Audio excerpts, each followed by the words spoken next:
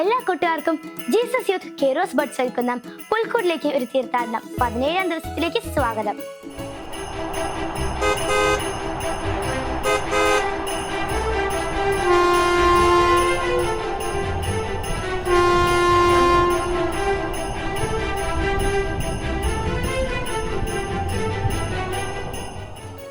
എങ്കിൽ നമുക്ക് മനസ്സിനെ കേട്ടാലോ. ഹായ് ഫ്രണ്ട്സ്, ഉണ്ണീശോയുടെ പുൽക്കൂട്ടിലേക്കുള്ള തീർത്ഥാടനത്തിന്റെ 17ാമത്തെ ദിവസം നമ്മൾ എത്തി നിൽക്കുവാണ്. ഇന്ന് നമ്മൾ ചിന്തിക്കുന്ന ഒരു സംഭവം ഇതാണ്. ഈശോയെ കാണാൻ വന്ന പൂജരാജക്കന്മാർ കാഴ്ചവെച്ച 3 കാര്യങ്ങളുണ്ട്: പൊന്ന്, കുന്തിരിക്കം, മീറ. അതില് കുന്തിരിക്കത്തെ പറ്റിയാണ് നമ്മളൊന്ന് ചിന്തിക്കുന്നത്. കുന്തിരിക്കം നമ്മൾ എന്തിനാ ഉപയോഗിക്കുന്നത്?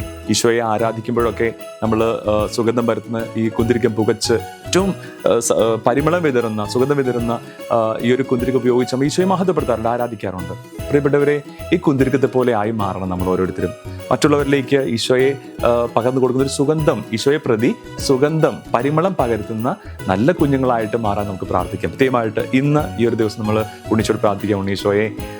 ഈശോയെ മഹത്വപ്പെടുത്തുന്ന, ഈശോയുടെ ഈ പരിമളം വിതറുന്ന നല്ല കുന്തിരിക്കങ്ങളായിട്ട് മാറുവാൻ ഉണ്ണീശോയെ ഞങ്ങൾ പഠിപ്പിക്കണമേ എന്ന് ഈശോയോട് പ്രാർത്ഥിക്കാം കേട്ടോ. ദൈവം അനുഗ്രഹിക്കട്ടെ. ആമീൻ. നമുക്ക് കുന്തിരിക്കത്തിന്റെ സുഗന്ധം പരിചയമുള്ളതാണല്ലേ.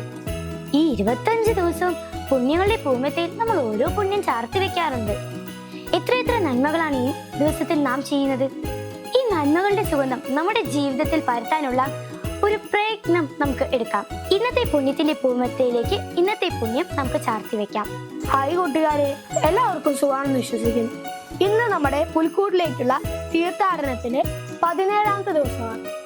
ഇന്നലെ നമ്മൾ പറഞ്ഞു ജ്ഞാനികൾ ദൈവത്തെ മഹത്വപ്പെടുത്തിയെന്ന്. അപ്പൊ അവര് കുറെ സമ്മാനങ്ങൾ കൊണ്ടുവന്നായിരുന്നല്ലോ. അതില് നമ്മള് കുന്തിരിക്കം കാണുന്നുണ്ട്. ദൈവസ്നേഹത്തിന്റെ സുഗന്ധം വരുത്താനാണ് ഇന്ന് മനോജൻ നമുക്ക് പറഞ്ഞു തന്നത്. ഞാനിപ്പോ ദൈവസ്നേഹം എന്നാണ് ഈ പെറ്റലിൽ എഴുതാൻ പോകുന്നത്. അപ്പൊ ഞാനിവിടെ ദൈവസ്നേഹം എന്ന് എഴുതിയിട്ടുണ്ട്. ഇനി നമ്മള് ഇതിന്റെ അടിയിൽ കുറച്ച് ഗ്ലൂ അപ്ലൈ ചെയ്തിട്ട് നമ്മുടെ 17ാമത്തെ പൂവും ഇതിൽ ഒട്ടിച്ചു കൊടുക്കുകയാണ്. അപ്പൊ നമ്മുടെ പൂവുമെത്തയുടെ 17ാമത്തെ പൂവ് നമ്മളിവിടെ റെഡി ആയിട്ടുണ്ട്.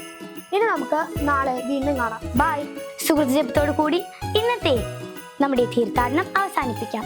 നമുക്ക് ഇന്നത്തെ സുഹൃജപം ഏറ്റുചൊല്ലാം. ഉണ്ണീശോയെ, ദൈവസ്നേഹത്തിന്റെ സുഗന്ധം പരത്തുന്നവരായി ഞങ്ങളെ മാറ്റണമേ.